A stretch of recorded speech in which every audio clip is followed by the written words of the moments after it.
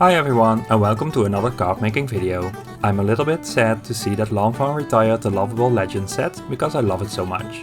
Therefore I wanted to use it in a video, so you might be able to pick it up from a local or online craft store before they are totally gone. I'm making 3 cards with the same design but slightly different versions. So without further ado, let me show you how I made these cards. As always, I start with coloring my images. I use my Copic markers for that and I put the color number on the left of my paper so you know which color number I use. Like I said, all the images are from the Loveable Legends set and are stamped with Lawn Fawn jet black ink. I like to stamp them in my MISTI. This way I can stamp multiple times till I have a nice crisp impression. If you want more details on any supply I used during the video, be sure to check out the blog post I linked in the description to learn more about that. If you want to skip watching me color, you can skip to the time that pop-ups on the screen now. You can also find the clickable time link in the description.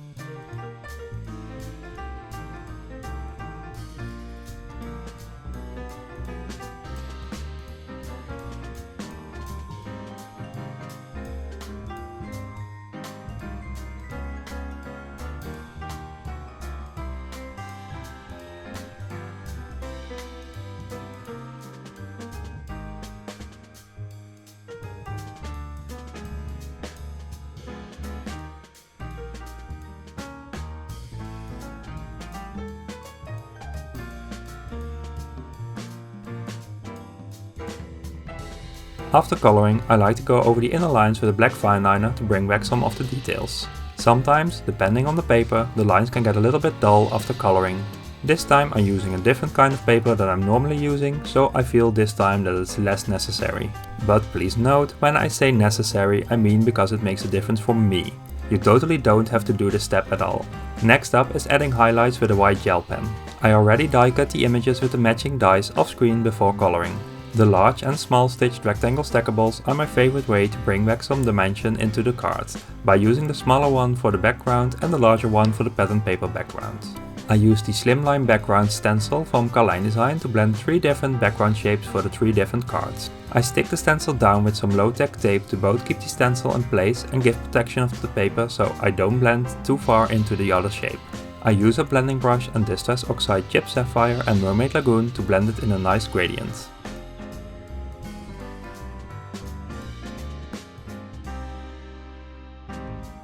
After I'm done blending, I spray some water and dab the excess off immediately. I don't want too much water running beneath the stencil.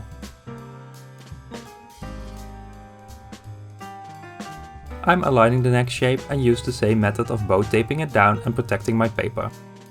Now I'm blending with Rustic Wilderness and Twisted Citron.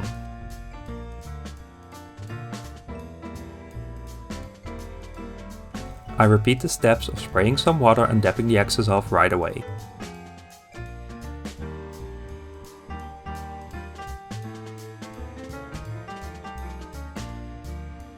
I repeat all the steps one last time with the last shape, this time using fossilized amber and squeezed lemonade. By the way, if you like my videos, you can support my channel by subscribing. It's totally free to do so. If you already are a subscriber, thank you! To make it easy, I'm going to do the same sentiment on all the cards, but you could mix that up if you want to. I align both Your Legend and Happy Birthday on the first card that I put in my Misty. I pick up the stamps with the Misty door and I'm going to stamp them with VersaFine Onyx Black. I recently discovered this ink and it's great for stamping nice black sentiments in general, but it especially works great on Distress Oxide backgrounds too. I repeat stamping it till I have a nice crisp impression and then I move on to the next cards.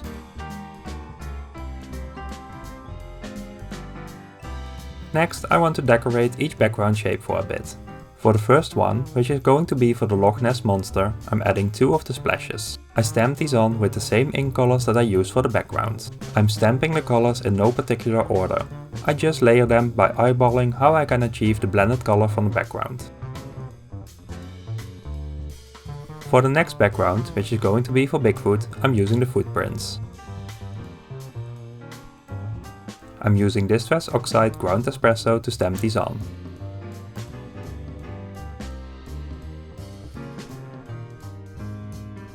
The last background is for the Kraken. I'm stamping on some hearts, stars and bubbles that you can find in the set.